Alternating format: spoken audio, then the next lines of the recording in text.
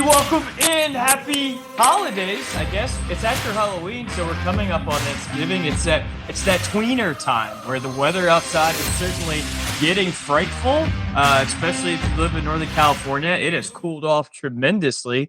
People up near the Tahoe area already getting the big snows. Ski season is upon us. Go get that Epic Pass if you haven't already. If you live in Denver, I know your weather is frightful. Big talks of all the snowstorms first of the season. And then let's get a check in on our metro conference weather. How's it looking out there? It's starting to get chilly. It is starting to get that fall weather is kind of finally here. I think it's here consistently. So welcomed. I'm happy for it. You know, it felt like it was never going to get here. And then it was just like, well, maybe it's just going to be 70 the whole year. Maybe that's just where we're at in life. But you know, you got to chill in the air a little bit. Took the dogs out this morning. It kind of hit me, and it was pretty cold. And it's like, all right, hunker down a little bit for the next couple months, and we'll get through it. It's not that cold yet, but it's still that part. But good day to record here. Happy to get the camera loaded up, the mic hot, and talk a little hockey. And it is episode 27 for those of you who have been with us from the get-go. And for those of you who are just joining us, welcome. We would love to have you on the Hard Hat Hockey train. This morning, I'm rocking my Gabe Landeskog Avs t-shirt. It's been through a lot. Probably could use a new one, but it's one of my go-tos. And I noticed Grant is paying homage to Slapshot with his Jets jersey. One of my favorite movies of all time. This was a sharp sweater to pick up. My girlfriend Ash and I went as the Hanson brothers for Halloween a few years ago, which was a good bit. So we picked up a couple of these, and I'll rock this to an occasional Jackets game, and it usually gets a good reaction. So that's fine. That's a fun part of doing the video aspect is, you got to kind of dress up for it. Yeah, all of a sudden the visual is a whole new ball game. I was pleasantly surprised to come home after a men's league hockey game Friday night and see Haley had picked up the Sammy Adams winter variety pack, the 24 pack. A lot of really fun options in there, limited edition stuff that only comes out for the holiday season. One of my favorites called Old Fezziwig. Highly recommend. Great, strong beer that will knock your socks off, quite literally. Your stockings, rather. Oh, there you go, Trent. Very good. Very good. So if that's in your local Walmart, check it out. I like those variety packs. Those are fun. Sam Adams has a large presence here in Ohio. They don't really, I don't know if they want you to know that because they kind of have the whole Boston thing, but yeah, big brewery down in Cincinnati. So here in Ohio, we do actually get a pretty good amount of Sam Adams stuff here. Grant, before we dive into this week's episode, I have men's league hockey news to share in the Roseville Skate Town Adult Men's League Silver Division. I played in one of the more embarrassing games I've ever been a part of, and my wife was present, which made it all the more embarrassing. We lost 6-2, but that's not the embarrassing part.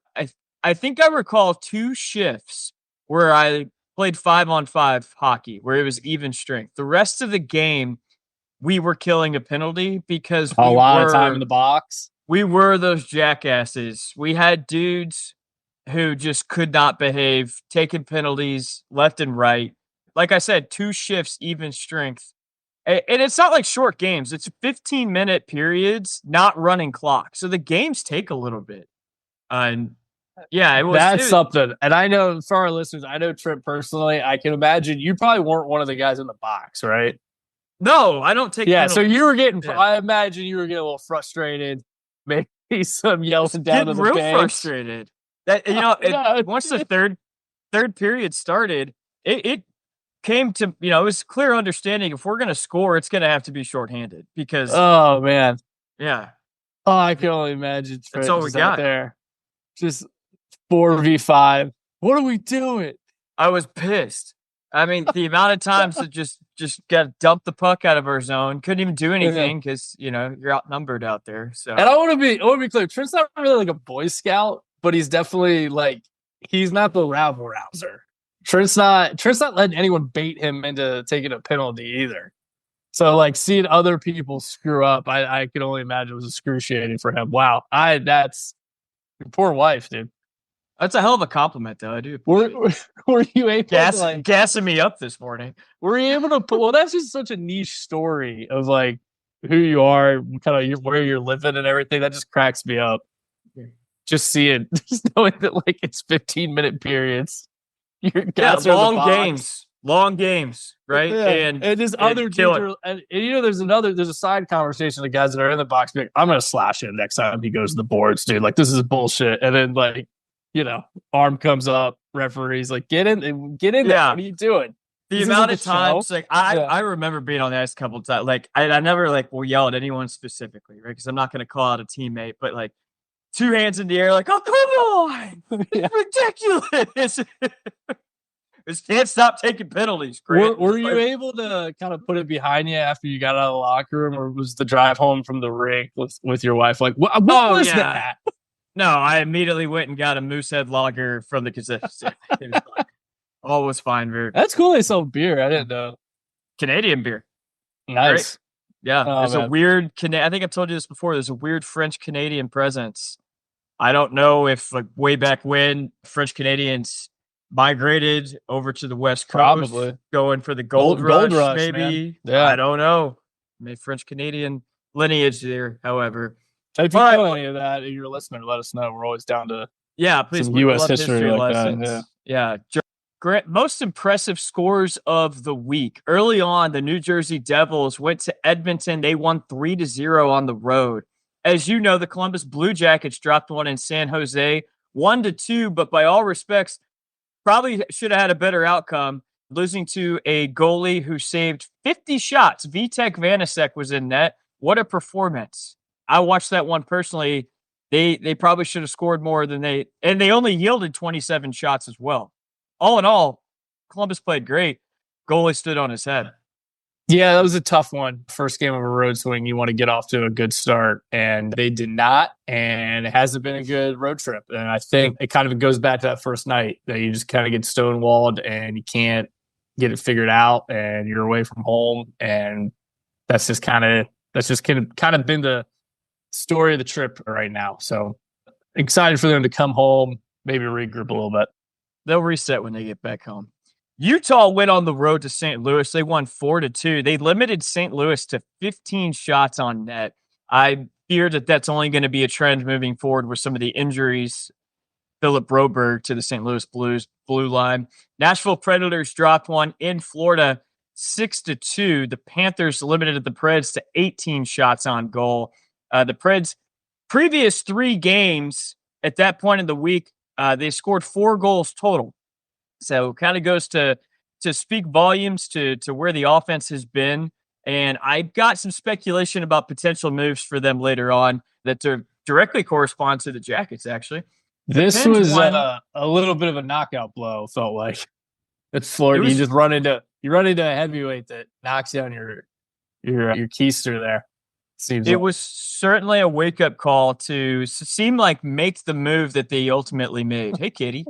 Look, if you're not with us up, if you're on audio only, if you're on video, we got Grant's Kitty saying, "Hey." Her name's Effie. She likes to help me out for the show. Yeah. Where's Boone? Boone's hanging out with his mom downstairs. Okay. They're having a nice morning. Okay, sounds good. The Pittsburgh Penguins won 4-2 at Washington Capitals. They rekindled a rivalry that tale as old as time. Very fun game. Ovechkin is hot on the trail. The Golden Knights. He looks reinvented. No kidding. Got mention it here in 1 second because there's the Caps had another impressive score. The Golden Knights dropped one on the road in Seattle. The Kraken bounced back from some tough times. They won 4-3 in overtime. The Kraken did over Vegas. That was and a then fun Saturday. Game. I stayed up. Sorry, I don't interject in here. I don't know what we just want to let you riff on this, or is it cool if I throw? Yeah. Send it. We'll cut that at that. That was a fun one Friday night at OT with the Kraken versus Knights. I stayed up late for that one. I really enjoyed that one. If the Kraken can get going, man, that'll make that division like so much more like interesting. Formidable. Yeah, and we're going to get to it, but the Pacific still, you're just waiting on that team to assert themselves. The Knights are the clear-cut favorite right now, but after that, there's just nobody else. The Kings' underlying numbers have actually been significantly improved. So the Kings might just have banked enough points that they're just going to be up there. Right. Right. You know? Okay, so Saturday's scoreline, I called Statement Saturday because there were quite the slew of impressive performances. So out of the gate, the Canes, who are one of the best teams in hockey right now, went to Colorado. It looked bleak early. Grant down 2-0, didn't have a whole lot going. And then in the second period, the Avs scored 5 goals in 10 minutes and went on to score or win the game 6-4. So great win at home over a great team in Carolina. The Stars went to Winnipeg, and the Jets won 4-1 over one of the better Stars teams in the league. Very impressive statement. The Senators took down the Bruins 3-2. Your sins, dude. I'm telling you, this team they've got stars in their eyes. I'm telling you, they're hot on the trail. They limited Boston to 16 shots on goal. 16 shots, and Linus Ullmark. I the stat he went an hour and 8 minutes between shots. So I guess he saw a shot in second period. He didn't see another shot until the one shot Boston had in overtime. Jesus, it's bad. Got some work to do in Boston. Good team play. Now. Yeah, for real. The New York Rangers won 4-0 at the Detroit Red Wings. Impressive enough to shut out a team and on a weekend. You know the Little Caesars Arena was the Pizza probably Palace. hopping. Yeah, the Pizza Palace on a Saturday. So to go into that loyal crowd and blank them, that's impressive. The Washington Capitals went to St. Louis. I'm sensing a theme here with the Blues home games. They hung 8. They won 8-1. Ovechkin scored twice in that game. He now needs 33 to reach 894 goals, which is the goal record set by Wayne Gretzky years ago. He currently has 10 goals in 14 games thus far this season. I used to be a doubter on if it was going to happen this year. I still might be because this pace is kind of absurd right now. It's hard to keep this up, but like if he gets 20 more goals, if he gets 20 more goals this year, and there's still like a month left, I mean, 10 goals in a month would be insane. But then you're watching every minute of it, and then it sets it up for like next year, just right off the bat.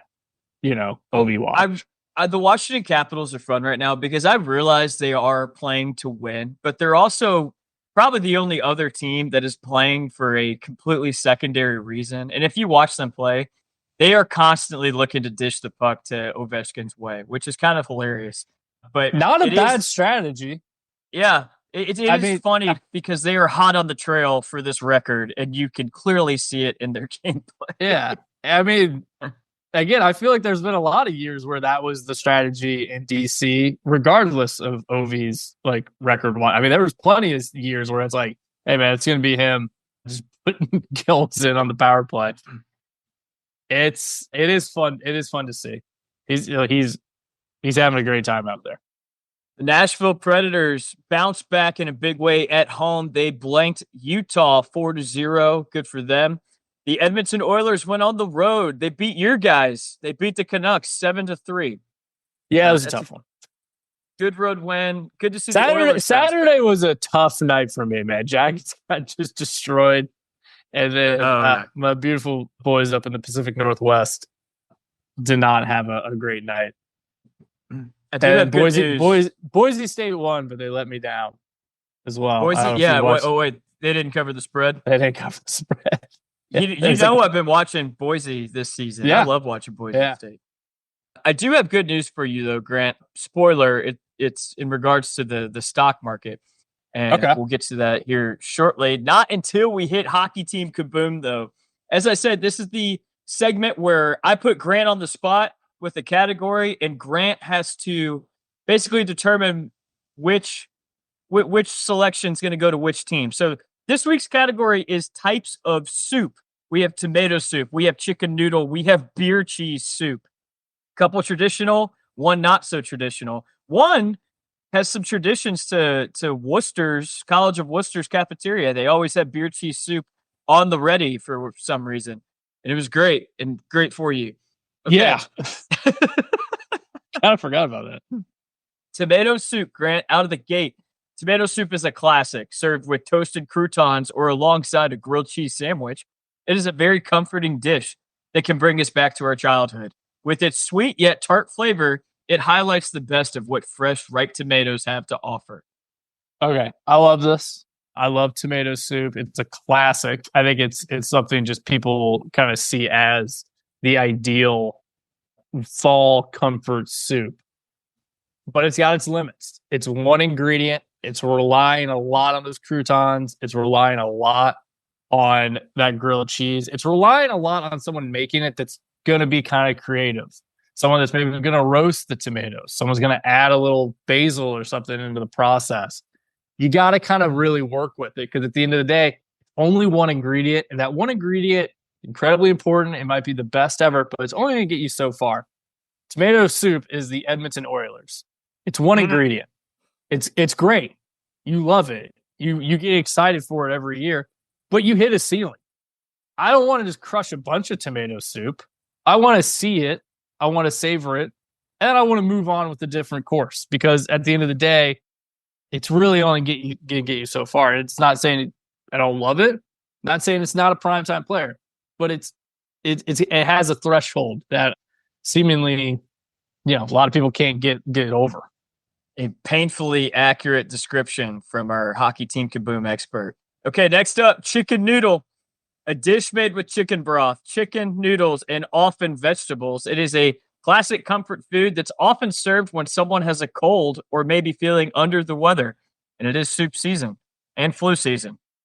Yeah, so this is kind of almost the exact opposite of what I described with tomatoes. It's everything. It's carrots, it's noodles, it's chicken, it's good celery, chicken stock, celery. Yeah, it's a lot of things.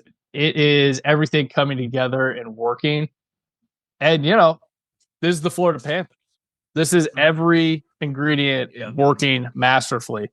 And I'm a little sneak behind the curtain here. Trent does not give me a heads up on these things when we do this. This is kind of a pop quiz. So I did not intend to do a Stanley Cup matchup with these items. But that's just how it flows. So, it's a good chef. It's Bill Zito in the kitchen, getting a little bit of this, a little bit of that. The spices work. The stock is of good quality. A really good chicken noodle soup will get you where you need to go. At the same time, if you miss on some of those ingredients, it can be kind of a disaster. So it's got to come together in the right way, and you need a patient coach and a guy, working the stove to make it work. But yeah, I love chicken noodle soup, dude. Well said. Grant, I was worried that we haven't done this a couple of weeks. Maybe the blade was going to be a little dull. That's not the case. Clearly, you're too good at this. So I like it when we do it with a guest, though. Next time Johnny, our Chicago Blackhawks expert analyst, is on, we'll throw another one his way. I feel like a couple times we've done this with a guest, and they're like, what is happening? What is he having a stroke? Yeah. Okay, our oddball of the group here, beer cheese soup. Usually made, it's the healthy one, right? Usually made from processed cheese, just a big block of processed cheese, or a blend of cheddar, other cheeses, along with spices such as cayenne pepper, mustard powder, and garlic, potentially. Flattened beer imparts flavor and helps provide a smooth texture, giving the mixture its name. So beer and cheese mixed together in a bowl. Somehow this works, but I can't recommend it. So this to me kind of screams the Carolina Hurricanes. It works. You're going to get a ton of opportunities. I can't really recommend this. I don't think everyone should be making beer cheese soup. I don't think everyone in the NHL should play the way the Canes do. I think only the Canes should do that. I think only certain people are capable of putting 50 shots on goal and playing in one side of the ice. Because if you try to do this all the time, you are going to need to go to see a doctor because it's not going to work well for you. Trust a restaurant to do this. Trust a tavern to do this. If a cozy place is doing this, by all means. I can't recommend someone eating this consistently, but it has its role. The people that love it probably love it. People that love the Canes love it. But, it's not, it's not, no one's like painting a very nice fall picture of a beer cheese soup, but people do that for tomato soup and chicken noodle soup. But I guess that's what I'm saying here. I feel like I've seen Thomas Kincaid actually do that. Yeah, interesting point. Yeah, I was gonna add Chowder on here, but that seemed way too obvious for the Boston Bruins. And you make a great point about the Canes. Oh, I saw them play the other night. Only the Canes can play the way the Canes do. They'd love to just have the puck on their stick for the majority of the game, even if they're not doing a lot with it. They're just gonna possess it, and they're just gonna outpossess you and just keep the puck. And you're gonna watch them just skate around with the puck on their stick, and they're not gonna move it a whole lot, and that's okay. But somehow, like the soup's not going to move a lot too. It's very thick. it's not. It's not. Okay, great hockey team. Kaboom. That was Upcoming, fun. we'll just go ahead and spoil upcoming category is going to be Thanksgiving favorites. So we'll have a lot of fun with that. Obviously, turkey. I know we typically do 3 there, Grant. We might have to throw in a 4th. We'll see. It's Thanksgiving. We can load that up. Yeah, especially if we have a guest to kind of riff with. Yeah, that'd be fun. All right, let's move on to our stock market breakdown. Snapshots starting with the Atlantic Division. Grant, you just let me know. I got a lot of stats here if you want to interject at any point. So the Panthers still sitting first. They've won 7 straight. They are 6-2 on the road. They lead the Atlantic in offense with 58 goals for. The Leafs are in second. They've won 3 straight. They are defending Toronto very well at home. Some struggles on the road, however. The Boston Bruins are in third with a minus 12 goal differential, and they are 4-5-1 in their last 10 games. Some concerning underlying numbers there. We talked about the concern with that home game against the Senators. I worry about this team right now. I'm not going to lie. They are 2 points. Yeah, go ahead. I do too. I definitely do too, and I don't think the Lightning are going away. But it's still the Bruins. Like, I'm not going to bet against them too hard. It's still fairly early, but like if they're not worried, I'd be concerned. I do think they are kind of starting to kind of get the feeling that, hey, they need to kind of find an edge here. They need to start getting some bigger wins. But I mean, they're still third. I mean, it's not. There's teams that are starting worse. I mean, if you're the Avs, would you switch places with the Bruins? Like, all their results become your results? No, because I don't want to play in the Atlantic. Okay, that's a fair point. Let me workshop that analogy a little bit. Yeah, it'd be awful for travel. They're third, but they've played 2 more games than the next 3 teams. Yeah, and the Sabres and the Senators. Yeah, but the Sabres aren't gonna. Yeah, I mean, you never know, dude. They're 2 points ahead of the next 3 teams: Tampa, Buffalo, Ottawa, and they've played 2 more games. So this could very quickly turn from 3rd to 6th. Yeah, no, you're right. Maybe I'm kind of jaded just because the Bruins are the Bruins.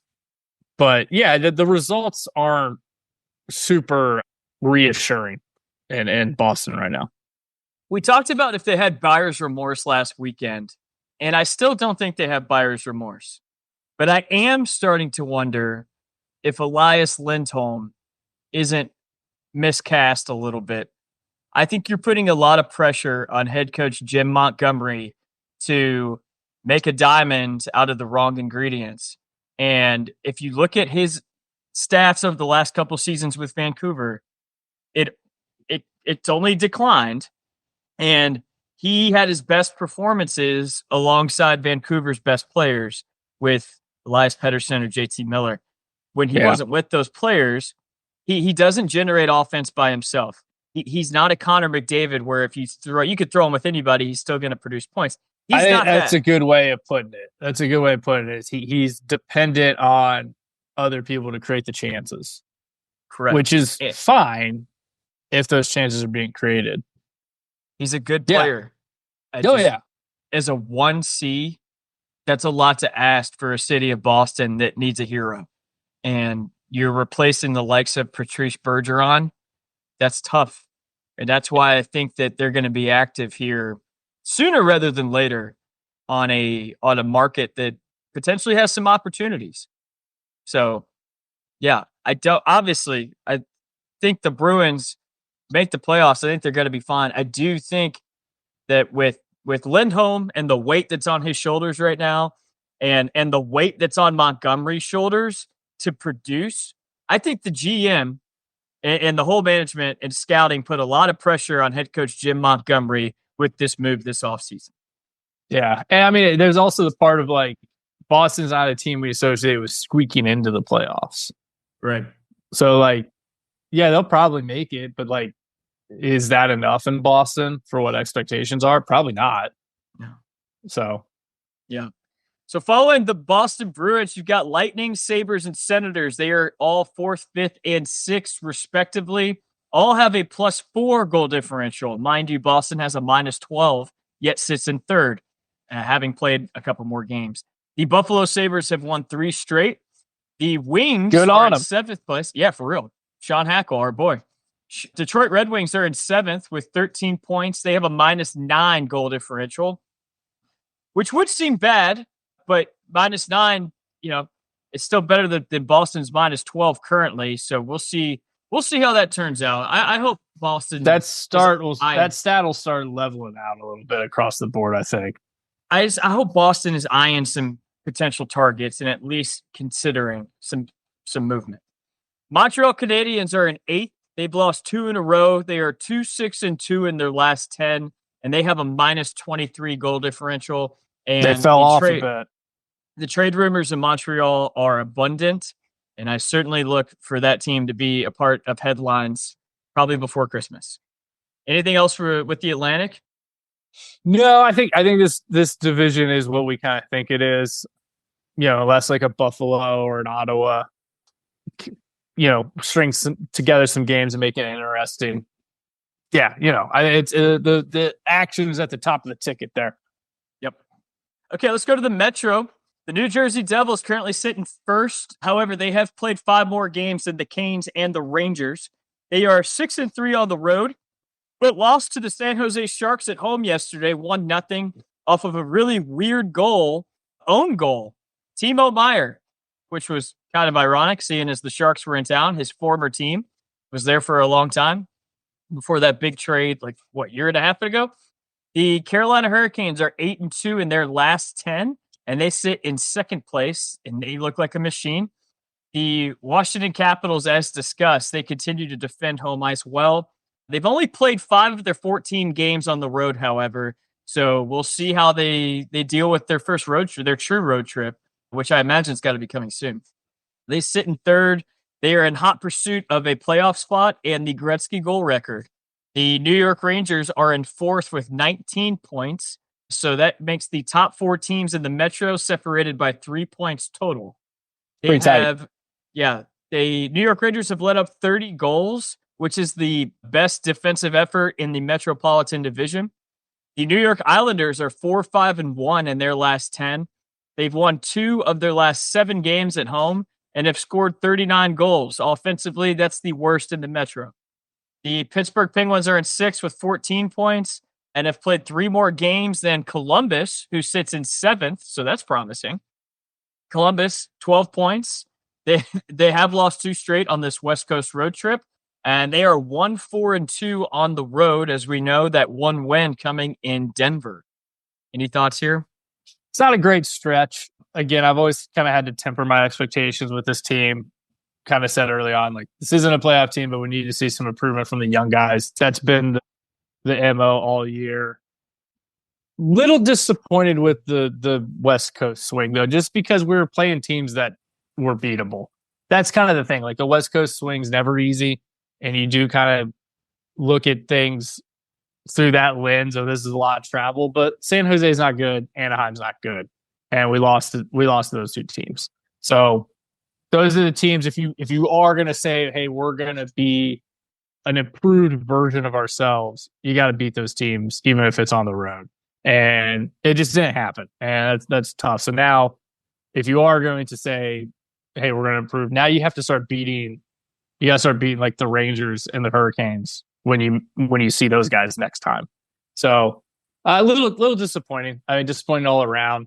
They're back home this week. They got the Pens on Friday. I'm eyeing that game. Might go to that one in person, Trent. Don't know.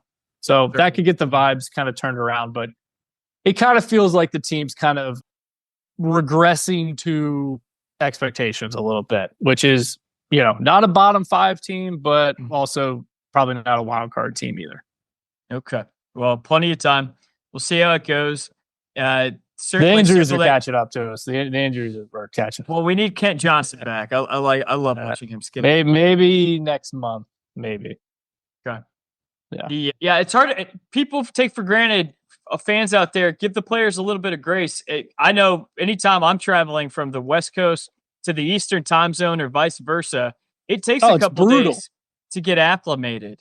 And these guys show up with less than 24 hours of warm-up time, sleeping in the hotel. Bodies haven't adjusted. Circadian rhythm is all out of whack, and they're just expected to perform at an NHL level.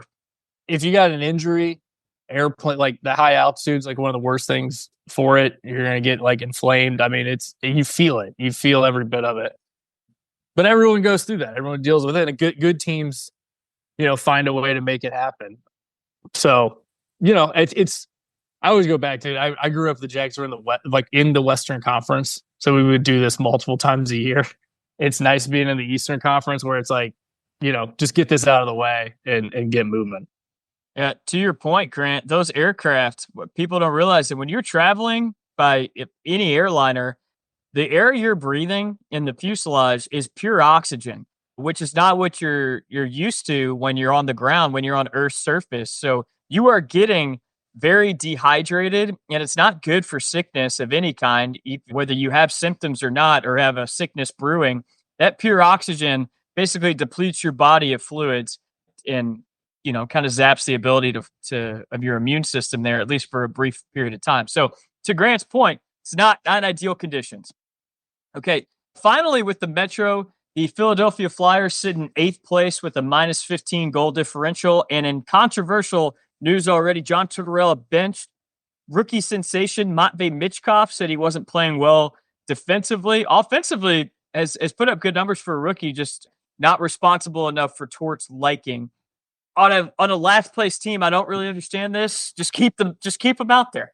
We've seen this story before. I'm a big Torts guy, but he is what he is, and you gotta do the work to get his minutes. And I don't know. I haven't watched the Flyers extensively, so I don't really know exactly what's going on. But Torts is Torts, man. I don't know. If I'm Daniel Briere, I'm probably pulling Torts into the office this week, saying, "Hey, this is our, big time draft pick. Just got over here. He's the guy. He is the guy. He just got over here from Europe. We're probably not making the playoffs this year. Let's just get him some reps and get him, let him get his feet under him, learn a little bit at the ripe age. I mean, what if they're bad habits, Trent? We can't be enforcing bad habits if you don't. If you just let him go." That's well said. I guess for the future of our franchise and the face of it, let's iron out those bad habits with repetition in game. Is how I would go about it. Yeah. I don't think he's going to learn playing Xbox on the bench. So, but hey, that's just me. I'm not an NHL GM. Let's go out west, Central Division. The Winnipeg Jets are 14-1. They have 11 skaters with 10+ points. That is deep. 67 It's shocking. It's shocking how good they are. I got to tell you, I did not see this coming. I think I even predicted that they weren't going to make the playoffs this year. And I was cold on them. I was very cold on them. Yeah. Oh, after the playoff series with the Avs, I didn't have a lot of reason to think that this roster was going to put it together, especially with the departures they had on the blue line. And wow, I was wrong. 67 goals for. That's number 1 offense in the NHL. They are a +36 goal differential. That's also number 1 in the NHL. They've won 6 straight. Minnesota Wild are in second. They're 7-3 in their last 10. There's another team that shocks me. Crazy what these two teams are putting together right now. Minnesota. That's the beauty of the game. That really is kind of the beauty of it. Right. It's frustrating when you're an Avs fan and that's like the situation. But like the fact that these teams can just find a way to win and get in a lane and just keep it going. It's beautiful. It's reassuring if you're a fan of a bad team. You're like, oh, that could be us one day. I mean, we talked about in the offseason, man. There's always one team, at least one every single year, where you have to basically admit that we were wrong. And these two are certainly weren't on my bingo card. The Wild did lose to Chicago in overtime yesterday. Good win. My boy Kurashov had that overtime winner. Good for them. The Dallas Stars are 7 points behind the Wild, but they sit in third, so kind of a larger separation in the Central Division than we see in the East. They are 6-1 at home, that being the Dallas Stars. Utah has dipped. They are in fourth place, but have lost. Sorry, they're 3-5-2 in their last 10. They are a -10 goal differential. The Avs sit in fifth. They're 6-4 in their last 10. Starting to get going a little bit. Got Lehkonen back. Nichushkin comes back in 2 days. So that's two huge names. Nichushkin countdown. Nichushkin countdown. And Lehkonen looks like he hasn't missed a beat. He's played in 2 games and looks awesome, which is great to see. That's good to get back. Utah kind of righted the ship there. I always thought they were kind of falling off, and they're, their last 10's not dreadful. 3-5-2, couple points there. It's not dreadful. It's not great. I mean, there's a lot of weight there on overtime losses. I thought the bottom was kind of going to fall off with them once it started to dip. But, I still think they're just going to be a hard team to beat at home. I still think something that's flawed with NHL standings is overtime losses. Fans, if you're not tracking, you still get 1 point for an overtime loss. So it's almost like making a pig look pretty with points. Yeah, but without ties, you gotta have something there. Correct. Yeah. I almost wonder if we don't go to like a 4-point system where like a win gets you a certain amount of points, a win in overtime gets you a certain amount of points. A loss, and then an overtime loss gets you. Okay, here, let's do it. Okay, 3 points for a win. Okay. 2 points for an overtime or shootout win. 1 point for an overtime loss. I like or a shootout loss. I think you get some more separation throughout the standings. I think the standings by the end of the year can still be too close. And we saw this last year with the Washington Capitals. The whole Metro. This year. The whole Metro nobody was leaning heavily on overtime losses. And it just doesn't seem right to me. So I'd like to see. Yeah, I think 3 points for a regulation win also is such a big jump that teams will like. I don't think anyone plays for OT. Like teams used to kind of play for ties, but I think 3 for a win is good. I just got an update from The Athletic. A new article says no more moral victories for the Blue Jackets. So that's where we're at right now in Columbus. Oh, can't wait to read that one. Yeah. All right, the St. Louis Blues, they sit in 6th place with 14 points. So 3rd, 4th, 5th, and 6th place in the Central, 2-point separation. So that's pretty tight. Tight race there. Game. The Dallas Stars have played 2 less games, however. They sit in 3rd, so potential to make up or have a 4-point separation if Dallas wins their next 2 games. Nashville sits in 7th with 11 points. 37 goals for. That is the least goals for in the Central Division. And the Chicago Blackhawks are in 8th. They're 3-7 in their last 10. Tyler Bertuzzi, notably slow start out of the gate. However, Twitter stats this morning, just talking about underlying numbers, Corsi 4 suggests that Bedard is certainly getting a lot more help this season than he did last season with the likes of Teravainen, Kurashev, Nick Foligno. I saw a line that Connor is like one of the best in one-on-one goal creation.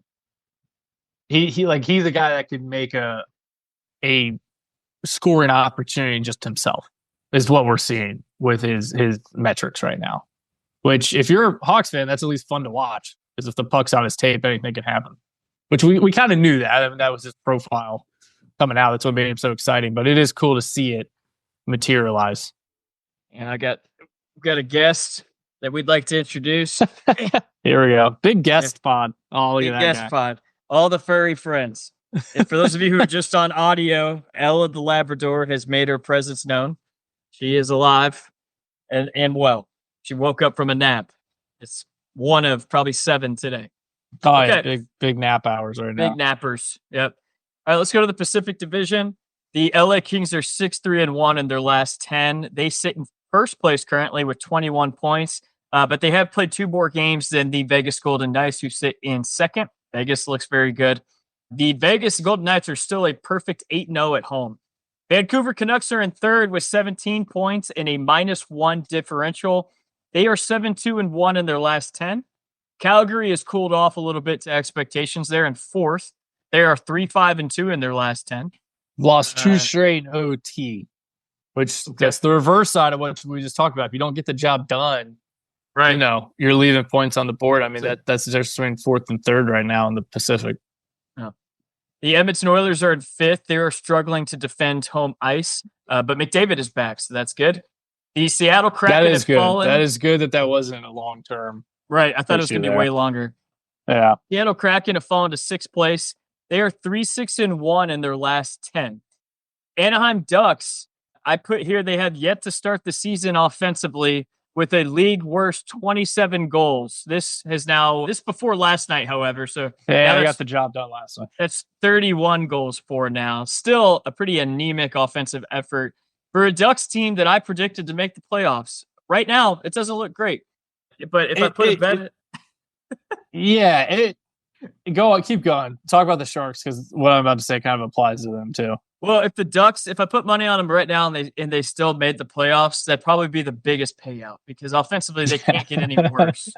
The San Jose Sharks sit in eighth place. They are a -20 goal differential.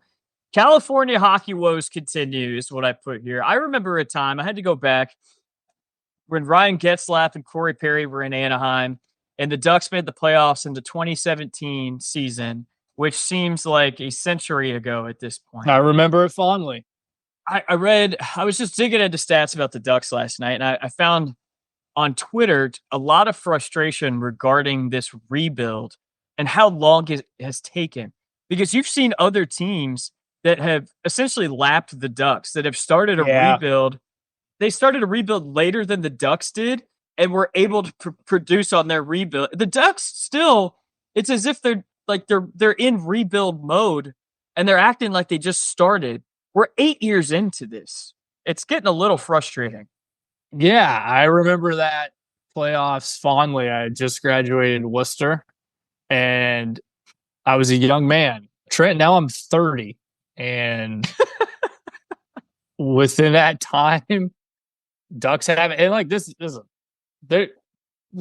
some of these teams that have kind of like lapped it. Look at who would you put into that category? I mean, are like the Wild maybe? They were in kind of a weird position. In the Wild with that, the $14 million cap penalty that the Wild have had for years. Yeah, I guess they just kind of fought through the handcuffs a little bit. Right. Is a way of putting that. I would put the Abs in there because it took the Abs a little bit, like with Kale and Landeskog was always good, but kind of submitted himself. That season, they started. Yeah. That's when the Avs really dug into their rebuild effort. And to your point, they've produced on the rebuild since then. Obviously, Florida definitely. Obviously, Florida, yes. Yeah, my goodness, they have definitely. During that 17-18 season, I'd have to go back, but the Panthers weren't very good during the early 2020s, and they came storming. Who else here? A couple teams. Essentially, we're looking at some teams, maybe even the Carolina Hurricanes. Canes are definitely in there. But you're right. And it's not even just like, oh, they're stuck in rebuild. It's like they've had draft picks. They've had guys that are like seen as assets. And it's still here. But I think like bigger picture, and it's still early in the season. And I think what we're going to see here, the next month is the time to make the move. Because if you can flip the switch now and turn things around, headed into soup season, as we're going to call it, maybe your perception for the rest of the winter is going to be changed. But a lot of these young teams that we're like, hey, is there something here? Whether it was the Ducks, maybe even the Sharks or the Red Wings, maybe you sprinkle the Jackets or the Canadians in there if you're feeling frisky. A lot of these teams, like, we're just not seeing it. Like, the results aren't there. And I think that as a fan, that's like a little frustrating because I think if you go back to the primers, like Trent and I were looking at these teams with like young talent and be like, I'm kind of interested to see what happens. Well, now we're seeing what happens, and it's kind of disappointing. It goes to show, because yeah, to your point, the Ducks have had high value first round draft picks for years. And it goes to show you that is great on paper. Theoretically, that should pay off. But it was like the Edmonton Oilers through the 2010s. Just because you're drafting a top 10 round draft pick every single year, it doesn't mean it's going to pay off. It doesn't entitle you to returns. But there's no guarantee it's going to work. So yeah, theoretically on paper, sure, yeah, it should work. The Ducks are in that position. You know, a team that completely bottomed out, rebuilt it, turned it around, is good again. And that in the Ducks time frame is the Rangers, actually, because the Rangers were like good, and then they got like really bad, and now they're like good again. Yeah, that's a team that. Yeah, they might win the Stanley Cup this year. I was thinking about it wrong. I needed to think about teams that were good in 2016 and 2017 and are still good, but with the different players. And that's kind of the Rangers. Yeah. So goes to show you, scouting development of players is hard to do. And, Edmonton struggled with it for years. You could argue that they have turned it around. They fixed it, I guess. I mean, you make it all the way to the cup. You build some equity. You build a little bit of like, well, hey, we know you guys can do it. But yeah, I mean, the difference is they've got deep in the playoffs, whereas like a team like the Leafs, like they're also have a lot of high end talent. They also have all the studs, but they don't get past the second round. So you just have a perception on them. Yeah. So why don't we jump straight to it then for the big news? Yeah. If you want it. Okay. Dante Fabro was waived by the Nashville Predators. He was picked up by the Columbus Blue Jackets shortly after. Didn't see it coming. Makes sense, though, after the fact. The Jackets have the space. Why not? The Jackets, a lot of teams put in claims for him, too. The Jackets I didn't realize that. Yeah, I heard. That's what I read. That's what I heard. My sort again. I heard that he was a commodity, and it came down to the Jackets just being ahead of people on the waiver wire. We got a lot of defensemen on the roster. This tells me that there's probably another move coming. Probably Zurich being moved down to the AHL, which that's not a good thing. Go back to what was the objectives of the year. Young guys improving. He's at the top of the list. He's had a rough couple years. Last year was really bad, but the whole organization was bad last year. So we're kind of hoping new guys stepping in was going to help him out. He's been scratched a lot when he has played. He hasn't exactly taken over games, but he's a young, big-bodied defenseman. Those guys usually take a little longer to develop. So I'm not, hitting the panic button on him. But if this move makes the team better, but he has to go down to the AHL, that's a very tough. That's almost a conundrum because like what's more valuable, Jurik's long-term ceiling or results right now? I don't know. I can't answer that. I don't work for the team, but it's interesting because this is a cool move. It got put a pep in my step, as I said to Trent.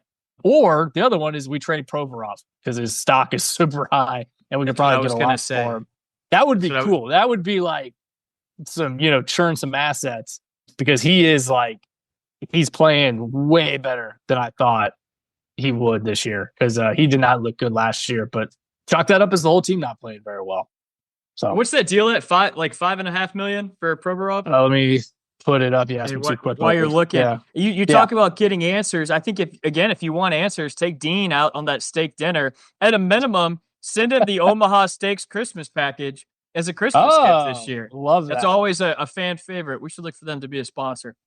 So who are you getting in Dante Fabro, Grant? The Jackets are getting a 26-year-old last year of his $2.5 million deal. So a little bit of prove it time here for Dante Fabro's camp. He was just waived. Obviously, his value is seemingly lower than it was at the start of the season. That's a guy who I painted in the Preds offseason is going to be a big piece of their top four. He was in and out of the lineup, 0 points in 6 games. However, here's what I noticed. The man has a positive Corsi 4, which I love. And essentially, again, a positive Corsi 4s mean traditionally when he's on the ice, your team has the puck. Here's something else I noticed. He is getting the puck effectively out of his zone, breaking the puck out 80%. That's huge. 80% of the time. That is massive. And we struggle with that. We If- struggle with that. I don't care if you're a defenseman and you don't score a goal all season long. I don't care. That's a cherry on top. If you get the puck out of your zone, you're going to play in the NHL.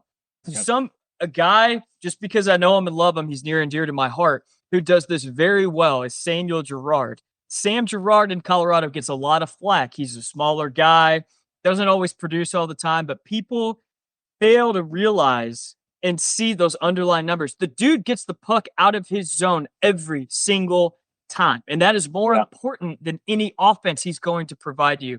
So that's why I like this move. Provorov's on a 6th year of a 6-year deal. So the contract year for him, 6.75. Trent. Ooh. Yeah.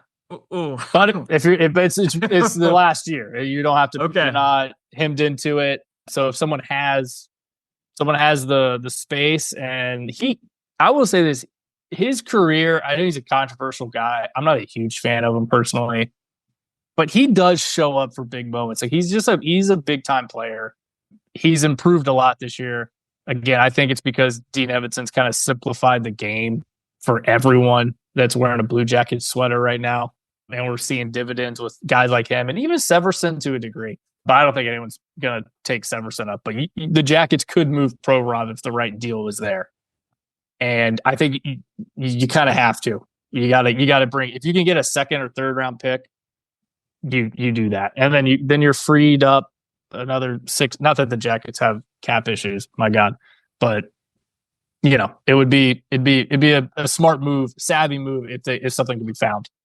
Agreed. I do think you're accurate in saying a move is on the horizon because you're right. They've got a loaded defensive stable right now. We have 8 defensemen. Yeah, that doesn't make any sense. Yeah, Jack Johnson's playing a ton. He's playing great. He's been good. He's not the problem. I don't think there's any in any of these games. And granted, it was the West Coast, and I maybe had some adult beverages. Nothing stood out to me as oh, this is the problem. It's just teams put goals up on us. Maybe we don't have the firepower to really get back once you're a goal or 2 down. But this is a good move. I think it's going to help. It's going to help the team. Okay, we talked about. I gotta get used to his name, Dante. Maybe we'll just go by Dante. It's a good name. Yeah. We talked about what Columbus gets here. Let's talk about Nashville. They now have $7 million in cap space. This is a move that I'll say this would not be made if things were going well. This is clearly a sign of maybe potentially more moves to come. They have $7 million in cap space. Now 3 of their top 4 defensemen are over the age of 30. And on the depth chart right now, there is no one who's going to get a lot of playing time under the age of 30. So I say 3 of their top 4 because I don't know who the 4th guy is right now. When you look at their depth chart, they're going to have to pick and choose a guy that they probably don't want in the top 4, frankly, which leads me to believe there's another deal on the horizon. We'll see, though. There's some teams who we talked about, Grant, this past week that could be options for them. The Sharks would obviously be willing to make any trade at this point. The Flyers, they have a guy in Eric Johnson that they would move for a bag of pucks. It's cheap $1 million deal, but that doesn't solve your problem. They want younger defensemen. Eric Johnson's 36. There's a team in Pittsburgh that I'm sure would love to make a blockbuster deal for a GM that's trying to cut his teeth and get Pittsburgh going in the right direction. Is a Erik Karlsson on the table? Whether they retain cap or they don't, and $10 million goes the other way. That's something that the Preds would have to figure out. But I don't know. It's those are just options. It's tough to pin down. Yeah. I do think they're going to be looking on the blue line though, because they don't have a lot of answers on their depth chart right now, especially with the subtraction of Fabro. So, yeah. I don't know. I don't know where you even start with this. I know we're talking a lot of defensemen, but maybe you try to move Nyquist because I think he's a guy that a contender could want. Maybe I don't know. Marshall shows in his first year of a 5-year, he's probably not going anywhere. Stammer's not going anywhere. it's not great in terms of just like the makeup of this team right now. So I don't know, man. Like I was really excited just by like kind of the vibe, the kind of everything that led to Nashville turn kind of going like all chips in at the table. But yeah, if the Jackets could pick through their scraps, yeah, not a bad play. Not a bad move at all. Well, Yeah. fascinating times in Columbus and Nashville right now. We'll see how it plays out. Okay. Some news out of college hockey, Grant. The NCAA makes CHL, so the Canadian Hockey League, which includes the QM, the Quebec Major Junior League, the WHL, and the OHL. All those players are now eligible for D1 hockey in the NCAA, as long as they aren't paid more than actual or necessary expenses as part of that participation. This per ESPN, Greg Wyshynski. Which they usually aren't, but sometimes you hear rumors of some organizations maybe sliding more money. And if that comes to light that someone benefited, then they would not be eligible. Right. So like if you're busted, then you can't take an escape route to the NCAA is what that's in line. That's why that language. Yeah, and I get the language. I don't love it. Those guys don't make a lot of money. It's like $400 a month. That's my point. Like, yeah. We're pinching pennies here, and you're really going to get on a player if he gets a gift from the team that drafted. They have to have that. So like if there is a scandal, like I said, there's not an escape route to Boston College or something like that. Like that's why that's in there. I don't think that as much of that goes on as it used to. I think definitely there was a time where certain organizations were, paying to win. And I don't think that's as, I don't know, it doesn't occur as much. But this is a huge development.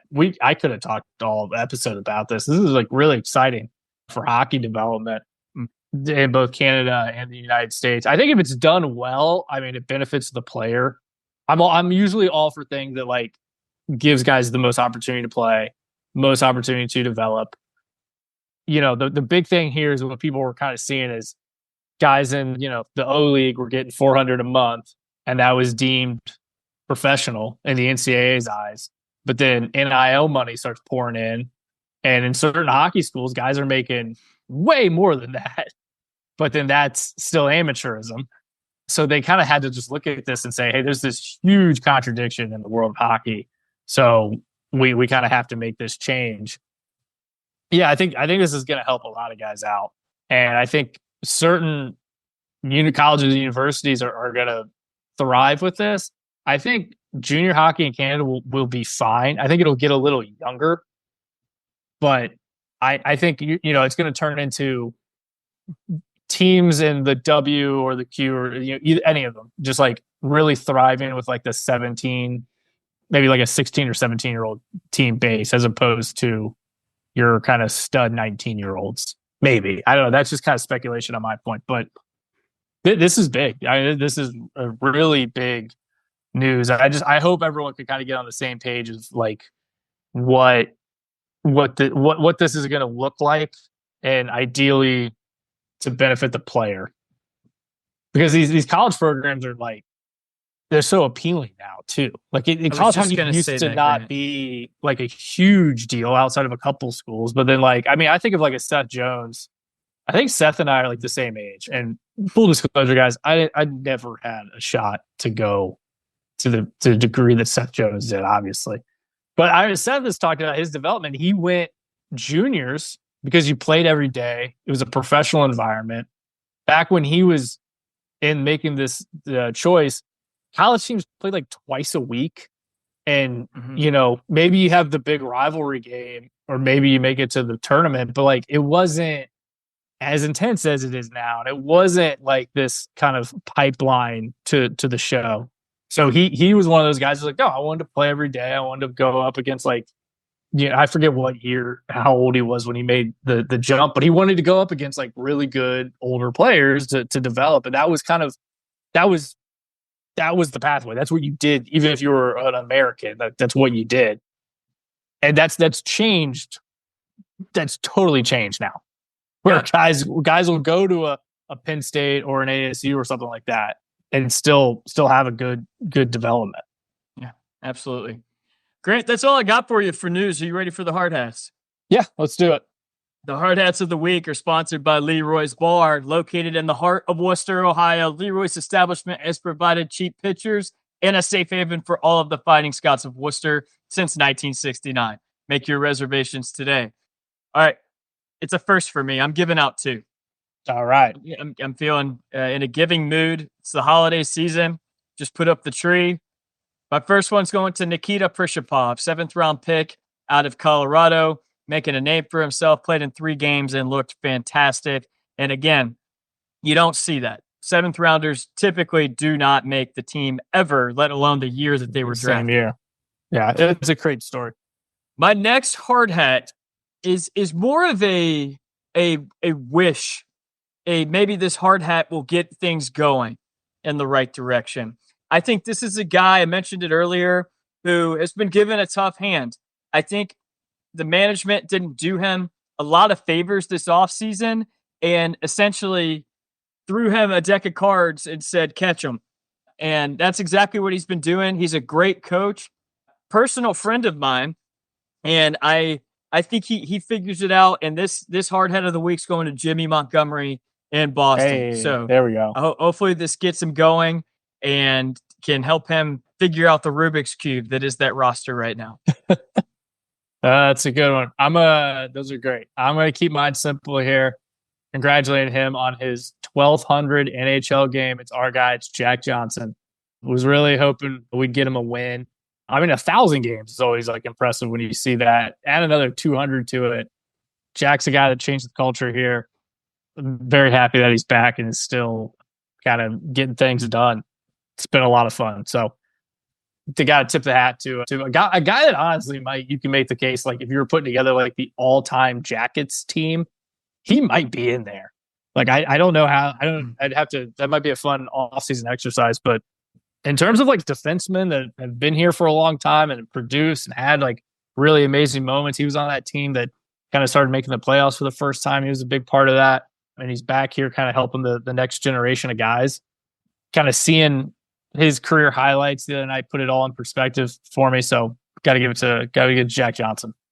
Well, folks, wherever you're at across the country, we hope you enjoy the brisk weather. The holiday season is upon us. If you're decorated for Christmas, if you wait, that's fine too. If you watch Hallmark movies, Grant's a waiter. Okay, wait, after Thanksgiving. Get after Thanksgiving. I'm not. I'm gonna get after it and let's enjoy it as long as we possibly can.